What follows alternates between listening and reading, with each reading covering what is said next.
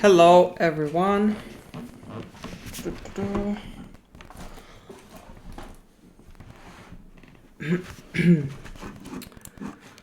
Okay.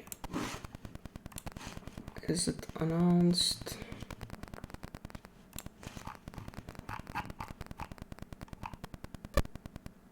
Okay. Hello, Royalov. Let's wait a few more minutes.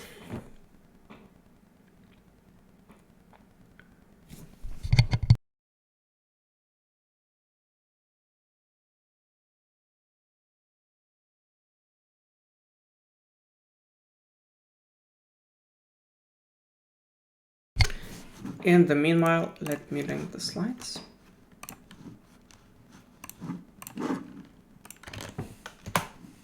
Hello, VKS Dan.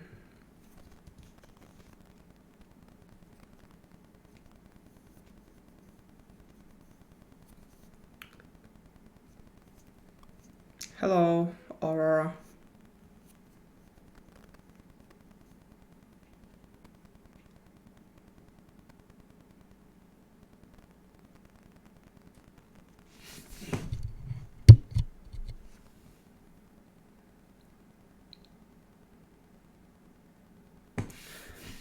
Okay, I think we can start. So the topic of this lesson is delegates. We'll be learning about what is a function as a variable, how to write your own delegates, what does it mean to chain delegates, what delegates does .NET Framework give for you, like action, function, and predicate.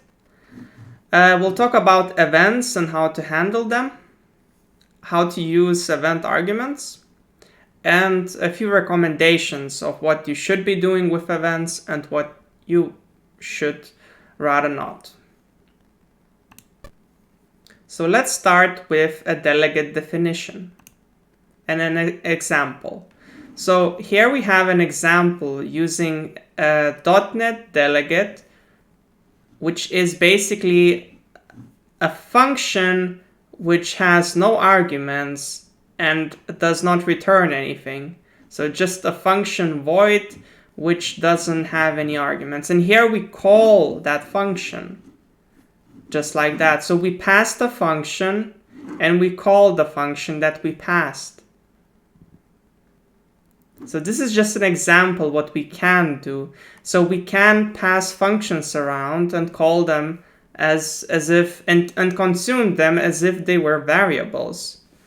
It can be anything with as many parameters as you want. And we'll get right on to it. So a delegate is a function pointer. It's a function as a variable. So here you can see an illustration. So it's just an object which has a reference to a method. That's all it is. An example of what value does the delegate have, the action that we just made. You don't even need a function. All you need is to tell it what it does. So here we said, okay, so you don't take any input. So you have those empty brackets. And then we say, okay, it's a one-liner, so I can use an arrow, an expression-bodied function, and just say what it does. So no input, one-liner, and it does this thing. And that's my action. And this is called an anonymous function because it has no name. This is not a function. This is already a reference to a function. So there is no name that this function has. I could, of course, write a function with this kind of implementation and name it and then assign it to this action. And we'll see how that works. So how do we define our own delegate? And the 4 steps essentially. So a delegate is a type, essentially. And action here is a type. It's a type that takes functions, that can store functions. Hello, Judgment. And so a few steps to use our own delegates. So we need to declare a delegate type. We then need to assign it to some variable. We then we need to declare that delegate just like any other variable, and then we need to assign a function as a variable to that delegate variable, and then we can call the delegate variable as if it was a function. So delegate is almost like a function definition, except, well, it's just a type. So so we defined my delegate. So this is a type which doesn't return anything and doesn't have any input. So it's literally an action. So to declare my own delegate, all I need is a delegate keyword. And this will mean that now I can treat my delegate as a type. And I can say that my delegate is an action which takes no input. So it's a very convenient way of basically declaring a type for a function, which looks almost like it was a normal function, except without an implementation. So if I have my delegate declared like there, delegate void my delegate, I can then treat it as a type and say my delegate is an action and assign a function to that delegate that I declared. So all this means is that, my delegate can take any function, every function that takes no input and returns nothing. And that's my delegate. That's what my delegate can store. That's what its value can be. That's what it can point to.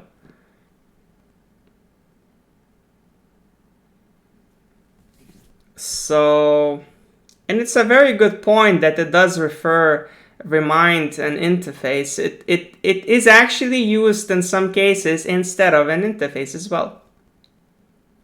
Personally, I don't do that, but some people do. And it's definitely not a bad thing. So yes, if you prefer functional programming, you can definitely use delegates over interfaces. One interesting thing about delegates, var won't work. Var for delegate won't work because there are just too many different delegates that you can come up with. For example, you have an action and then you have my delegate. Type inference won't work because this function will not know if the compiler will not know if you want function that implements my delegate to be my delegate or an action. It cannot know that. So you need to explicitly state the type. And when you assign a delegate value to this action, make sure you don't call this. If you were to use brackets there, that would mean you call a function. But you don't want to call the function. You just want to assign its pointer to the action.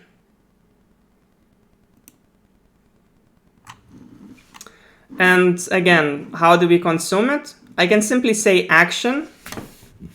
After I assign the function to my delegate, I can simply say action, and it will call this as if it was a function initially. So upon assignment, it's already a function. However, if I don't assign this to anything, it will give me an exception, null reference exception, because it doesn't point to anything. So a function, a delegate that has no function assigned to it will throw a null reference exception. And in fact, you can have multiple delegates stored in a single variable. Basically, with a plus equals sign, I can add another function to the same delegate. And what this will do, basically, it just literally appends the body of that function to this delegate. So delegate basically takes the whole body of a function and that's it. So when I assign this function, I literally take the whole body of it to my delegate. And when I assign this one, I also take the whole body of it. Maybe not in a single physical place, but more like in a chain method calls. So if I assign the first function to my delegate, this will mean that it will call this method. And if I assign another one, this will mean that when I call the delegate, it will call method 1 and then method 2. In my case, it will call first a function that implements my delegate and then another function that implements my delegate. So chaining delegates is done with plus equals sign. And when we talk about events, we'll see how is this useful for event handlers. If they had a return sign, that's a good point. If they had a return sign, it would stop after the first function. So for example, if you printed a message in these functions, and right after a message is printed, you return some value in both, this would mean that only the first function would execute because it would return immediately. And where does the function return? It returns to the calling context. So it wouldn't hit this one, it would just go back to where it was called from.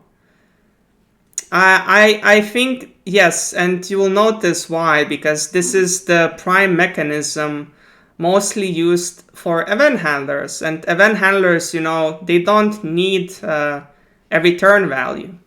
They just do something after something happened. So now I talked about delegates, and delegates themselves might be quite intimidating. However, you won't really be needing to declare your own delegate unless you want to use them instead of interfaces.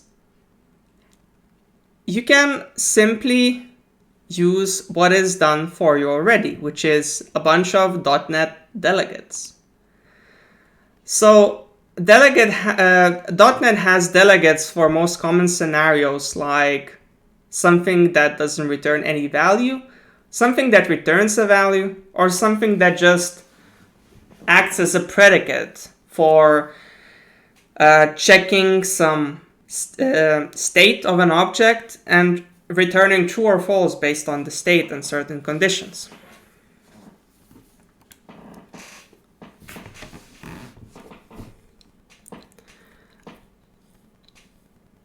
So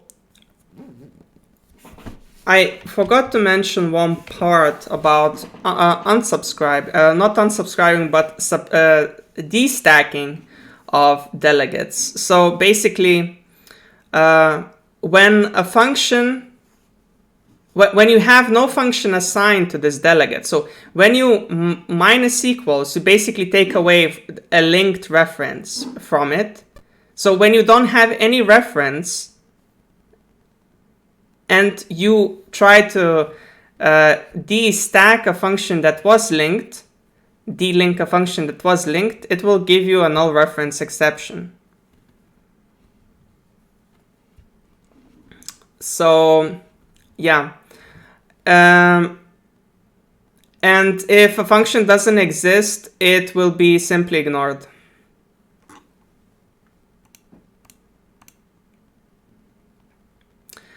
All right, so the first most simple delegate that .NET has is action. And basically, it's a delegate that has no output. And all the T's that you can see here that comes as generic are for the input. So action supports up to 16 input parameters. And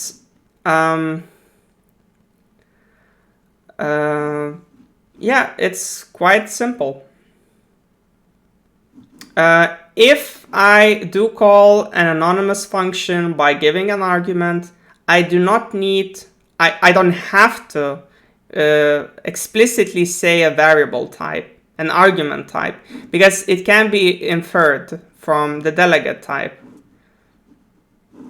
So here you can see that I just say, okay, so action takes a string, so name, an argument that I just called, will be of type string, because that's the type this generic action is of. And here you can see that I just hello the past name. And if I call my delegates, my two actions that I have, it will first print hello anonymous, and then it will print hello Kaisi.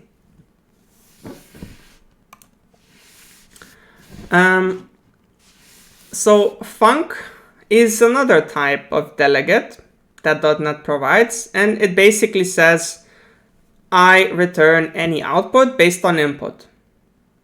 So all my generics are for input except the last one. The last generic is for the type that I return. So here we can see that this func has a single generic type, bool. So it means that it takes no input and returns always the same type, true. And the second one means that I take two ints and I return bool. So for example of such function would be equality comparison. So I take A and B and I say return if those two are equal or not. And again, you call both as normal functions after the fact they were initialized, assigned to, linked with some functions. Predicate is the last delegate that .NET has, and basically it means that you take an object, and this can only ever be a single T, which is a reference type as well. So you take any object, and that object needs to be evaluated. Its state needs to be checked. So for example, such predicate could be is over 18. And I take a person. If person age is more than 18, it's over 18. So I just take two people and see if they're over 18. And in this case, both would be under 18. So, well, both are not over 18, so both would return false. Yes, it returns true or false. In this case, it would return false for both because 18 is not more than 18.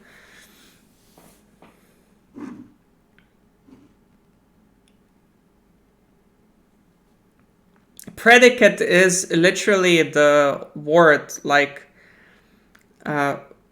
for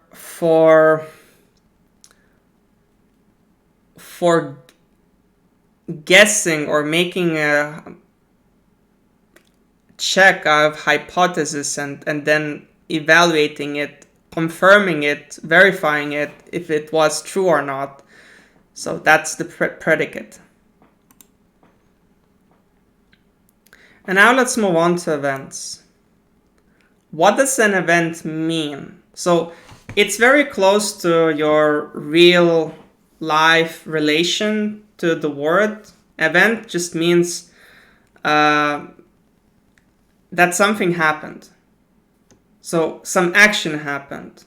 And it's very human understandable. So for example, in console application, you have events like that application closed or started. For a timer class, you have time elapsed event. For other things, you have other events, and they're all just an expression for something that happened. So when some key things happen, we might want to have an ability to do something when they happen. And sometimes we don't want to do anything with them. Sometimes we don't want to do anything initially, at least. And yet we need a way to, if needed, handle those actions at will. Handling them before they're needed or without certainty if they're needed or not would basically mean there's a lot of coupling that is unnecessary. And events are just a way to decouple things that are already coupled and to move that responsibility for handling something to the outside or for later. So event itself is just a kind of delegate. And what's special about this delegate is that it cannot be assigned. Your event is ever going to be subscribed or unsubscribed. Because imagine if you could assign an event. Well, first let's talk about what subscribing and unsubscribing means. Remember adding and subtracting those delegates, those functions from a delegate? That's the action of subscribing and unsubscribing. Adding a function that handles an event is called subscribing, and subtracting it is called unsubscribing. So imagine that you subscribed with a few event handlers to the same event, and then suddenly one event handler would assign its own function to the event. Well, you just dropped the other event handlers that you already had, and therefore event keyword is used for events, and it just means that it's a delegate that cannot be assigned. It can only be subscribed to or unsubscribed from. So event is a delegate which cannot be assigned. That's all that there is to an event. A delegate which cannot be assigned. It makes no sense to have event private because the whole purpose of it is to be exposed and handled elsewhere. So even though it could be private, it makes no sense. Even if it could. I don't know if it could.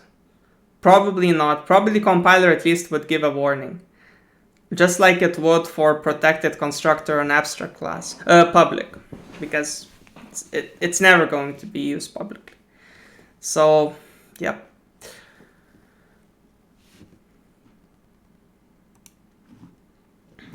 So subscribing and unsubscribing, and basically firing an event can be done in a few ways. But the key point to remember, if I expose my event, by default, nothing handles it, and it's always null if nothing handles it. And therefore, I should always do the null check before calling my event. So I can do it manually by doing an if statement, or I can just call a delegate using Invoke Method. Invoke Method is equivalent of just, calling the delegate directly with those brackets. However, there is one difference, is that with invoke method, I can actually use null conditional operator so that I don't need to have a few lines of code just to call my event. So this is how firing an event looks like. It's literally just calling something that subscribes to this event. And this is also done synchronously. When I was learning events, I had a misconception that this might happen asynchronously for some reason, because it's handled outside and needs to handle somehow. But this is literally just calling something that handles it. This is just an illusion that the event is fired, but it actually just calls all the handlers to handle it right there. So it sounds nice to call this as a signal, but in reality, technically, it's just calling all the methods that are subscribed to it right there.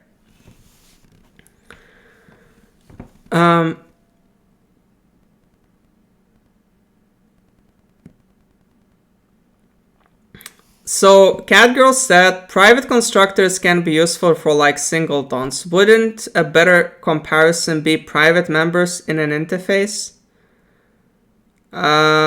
Private constructor is literally the only use case for a private constructor is singleton. So it's very niche and not that applicable in other cases. I wouldn't call this an interface as well, because it is a detail. However, you can have an event in an interface as well. Event is just a type, and where you place it in a class or in an interface is up to you. It's a big responsibility to put an event in an interface. I haven't seen that personally, but it does make sense in some cases. Invoke is literally the same as just calling it directly.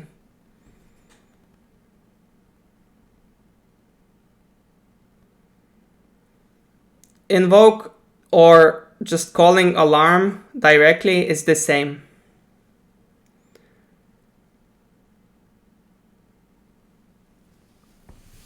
So imagine, what's the point of this example? Imagine that you have a house, and a house has an alarm. Basically, if alarm is toggled, it fires. So if you open the house when it's not supposed to be opened, alarm fires, and then a system or let's say security can handle the alarm. So when alarm fires, it calls security, and security arrives at the spot to investigate who tried to break into the house. However, normally, like you see here, we have action alarm. Normally, you wouldn't be using actions, functions, or predicates as your event handlers, because in C# we have event handler. A delegate, a special kind of delegate used specifically for handling events. And we have two kinds of event handlers. We have non-generic event handler and generic event handler. So why do we need event handler? And the main reason is to have context, which is a sender, and more details on the event itself, on the what happened exactly, the event arguments. So those are the two things that event handler has. And if you were to define your own event handler, this is how it would look like.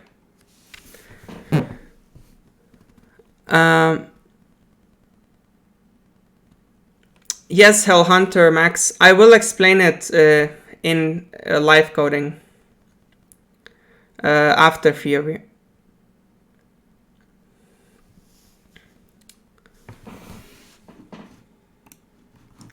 So event arguments basically pass metadata about the event, about more details about what happened. So for example, it probably would be most meaningful to have the time that event was fired when alarm triggered. Like, we want to know when the alarm triggered. That's very important for the security team for handling this event. Therefore, we pass arguments, date fired. So when we create alarm triggered event args, we now know at what time the alarm fired. So when we call the event, now we pass this. So it means that the house triggered the alarm, and that we also pass alarm triggered event args, which is the time that it was fired at, basically.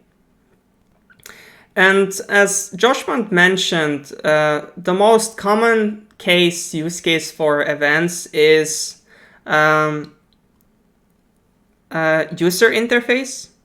For all the controls, we have button click, window closed, window activated, on focus, and so on. Those are the events that controls for UI usually have. But of course, you can make your own, and that's perfectly fine.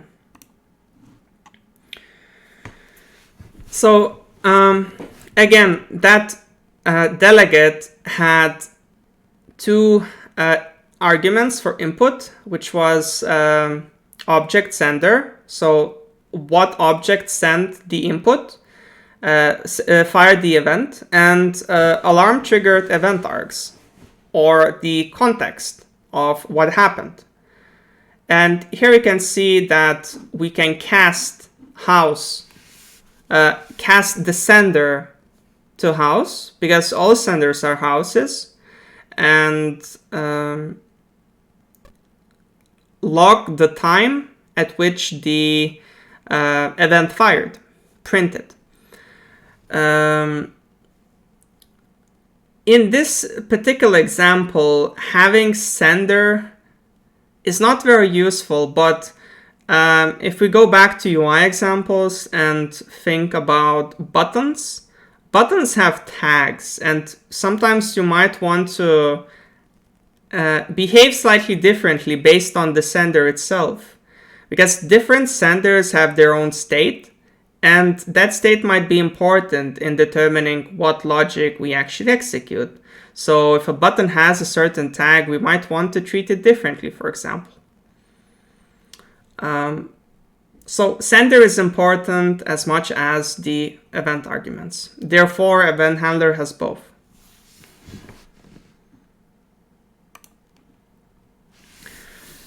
One thing that is quite counterintuitive for having subscribed to events is remembering to unsubscribe from them if needed.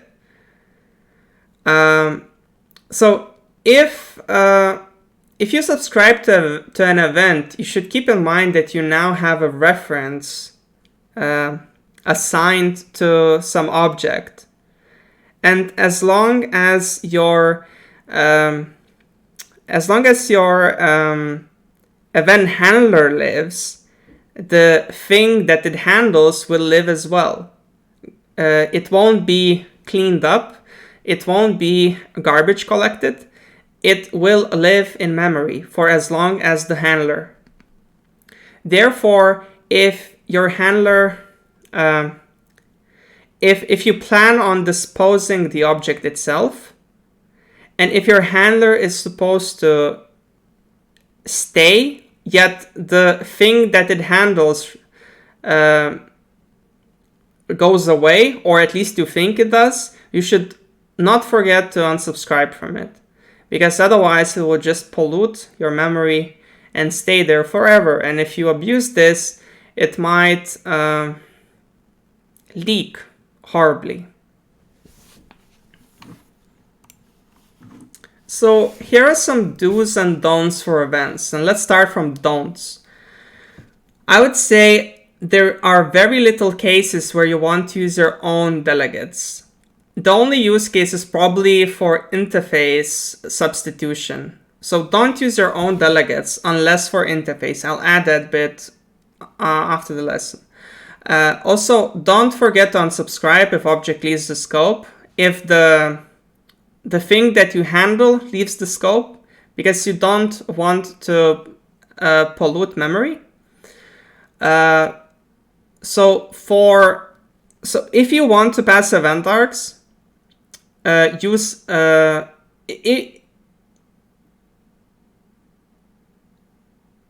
if you don't need to pass. So for this one, I meant if you don't need to pass event arcs, use non-generic event handler. And unsubscribing using anonymous functions doesn't work. Like if you have no name to a function and you unsubscribe from it, there is no pointer to that function anymore.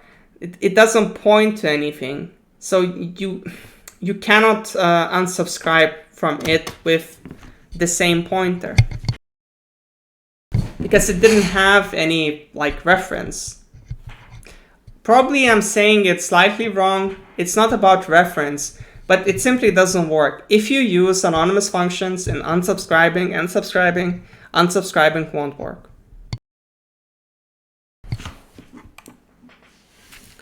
And there are the things that you should do with events. Use events for actions that you don't handle immediately. So if something happened in UI element itself doesn't need to know about it. If something happened in the house, like the alarm triggered, it doesn't necessarily need to handle that by itself.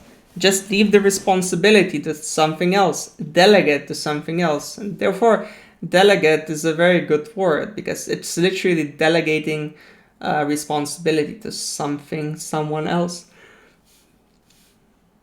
So it's a good way to decouple things. If you start having circular references where something points to a child, where a parent points to a child and a child points to a parent, I'm not referring to inheritance, rather a using relation. So if you have a using relation where some container uses an object that it produced and then that object refers back to the thing that it was contained at, in that case, if you have such a relationship, you might consider decoupling it using events and calling the container using event, and container will subscribe it. And then the object that container holds will not have to be aware of the container. You don't want to couple. If you can decouple things, it helps. So if you do use event arcs, use generic event handler. And if you don't use event arcs, use non-generic event handler. And that's all I had to show for theory. Now, I would like to kindly ask to write one thing that you think you understood very well, like the highlight of this lesson, that you liked, that you saw and liked, that you can explain, or at least you think you can explain. And try to be as detailed as you can in one sentence. One sentence about one thing that you think you understood well in this lesson. And then also write one thing that you either didn't understand or would like to understand better. And this will be the driving thing for live coding part. So one thing that you think you understood very well, and one thing that you think you would like to know better. And I'll give you a few minutes and let's make a short 3 minutes break before we continue to live coding.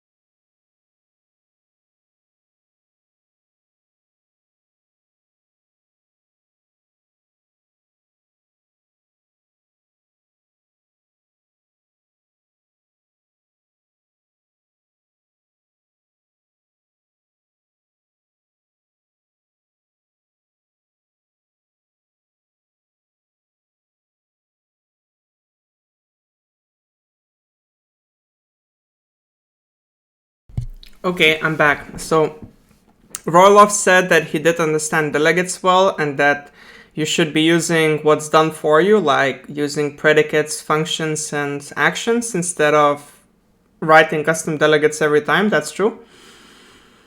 Aurora said that I think I understood the first part of delegates well, but after that it all started to get muddled and I don't think I was keeping up well. Yeah, I agree. There is a lot of info to take there. And it's really hard to digest everything in one go. But the second part, the key points to remember is that you have events, and events are delegates. Just delegates that cannot be assigned, just subscribed or unsubscribed from. And with events, you can simply call them as delegates. And then whatever subscribed to those events will be called. So expose them publicly because they are supposed to show the intention that something will be handled from the outside later.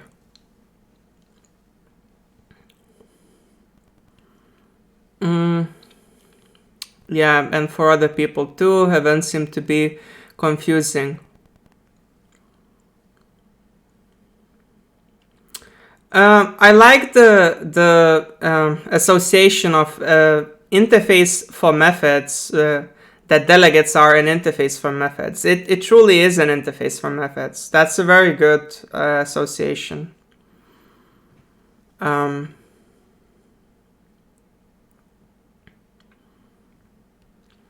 Yes, and your note about having a function, a dictionary, which maps some argument to a function is a very good point, because if we can map an argument to a function, so in that case we can now avoid if statements and switch cases altogether, because we can simply call in a linear way the handler based on the value. Let's say if we switch by some value, we can instead pass that value to a dictionary that would resolve the delegate that handles that value. So yes, indeed, it is a good way to make code slightly more clean as well.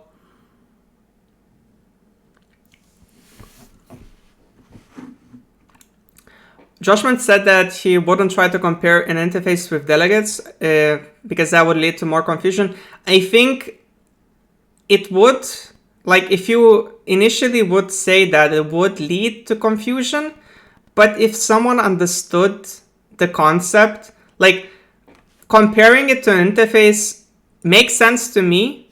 It probably wouldn't make sense to a beginner, but just saying that overall is a sign that you understand it, because I do kind of see the association as well. I do see that a beginner might have difficulties seeing the same association, therefore I didn't say it myself, but I do kind of like it. Okay,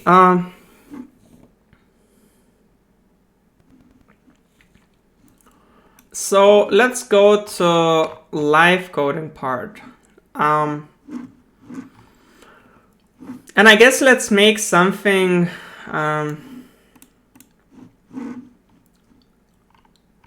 something that is event-based.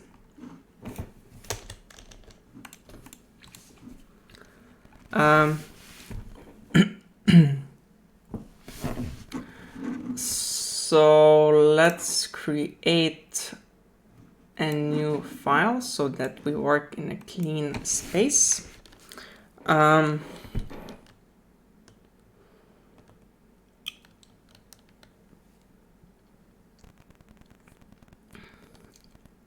Okay, imagine you have an enemy class, a monster class.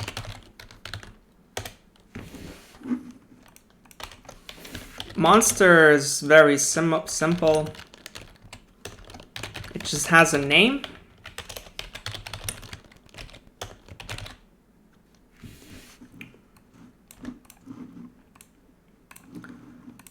Oh god, I hate when it does that under. So it just has a name.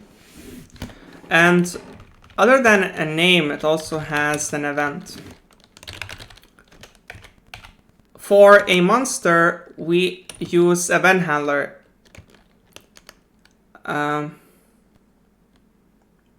Yeah, we use event handler where we say died.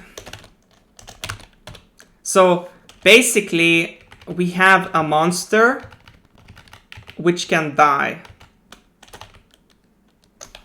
So let's have HP as well.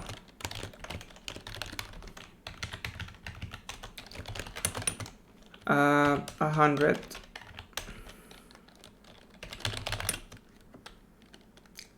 Void, take damage, int damage. So we have HP minus equal. So if HP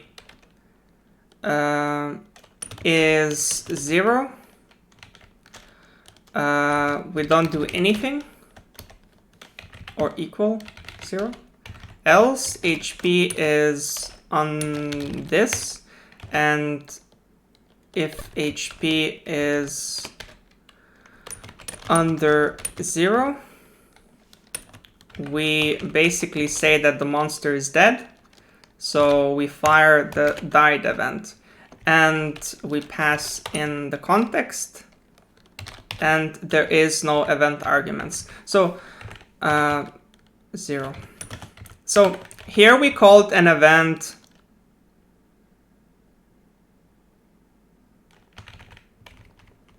HP private set.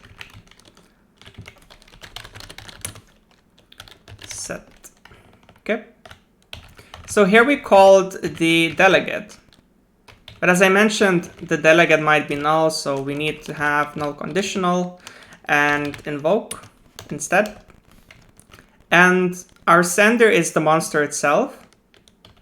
And our event args is nothing. There is no context that we really want, only the sender. So we have a monster. And also we have an event which indicates that the monster is dead. This is non-generic event handler. Non-generic obviously because it doesn't take T. So no T, no generics. Non-generic because we won't be using event args. So we have a monster and we have a factory which spawns monsters.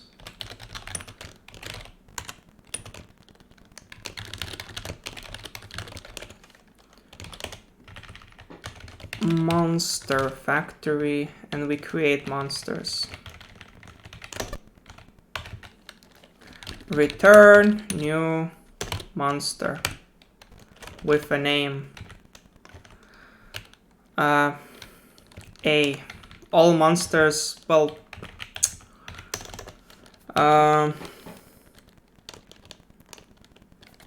let's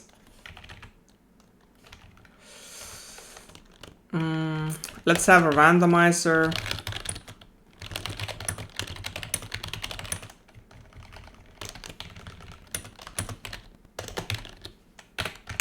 And let's have a few random names.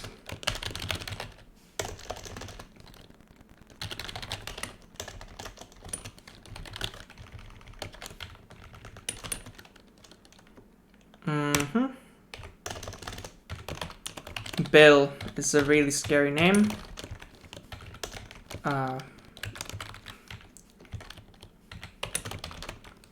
L,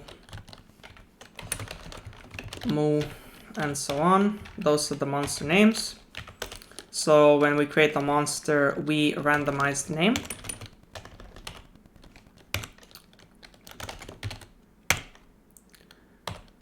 length.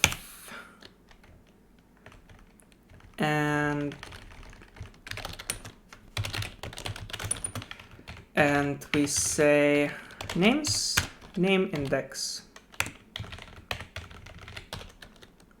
So we generate a monster with a random name. That's how this works. And our monster has an event, died. However, what happens when monster dies? In this specific case, monster doesn't know, but we know that we want to print a monster that has died. We want to print its name. So we'll have a simulation.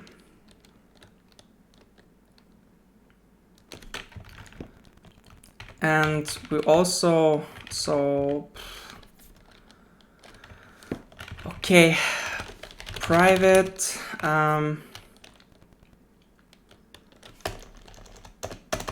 okay, so we create a monster.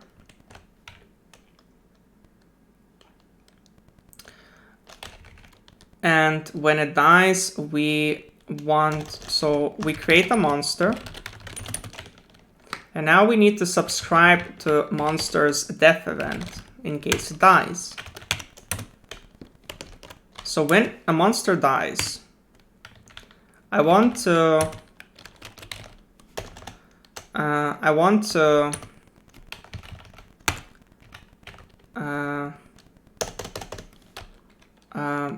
print dead monster.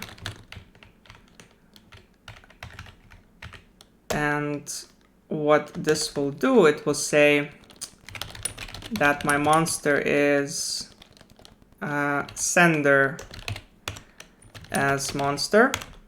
And I'll simply say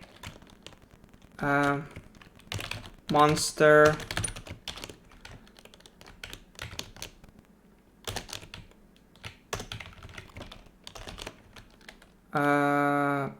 monster name died.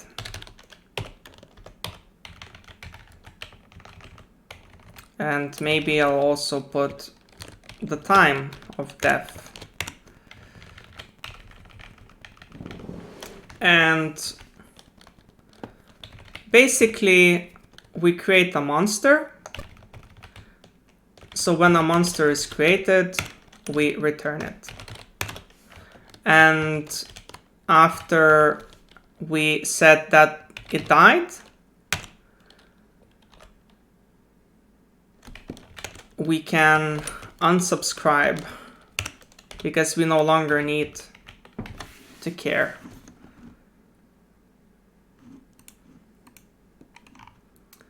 And the key point that I missed here is I forgot event keyword. You see, it does work if I don't have event keyword, but the annoying bit that I can do without using event keyword is by doing this nonsense. And I want to prevent that. And event keyword exactly prevents assigning this. So, okay, what happened? We have a monster which has an event for a monster that died. So if a monster takes enough damage, it dies, and it signals that it died. Factory that creates monsters subscribes to this event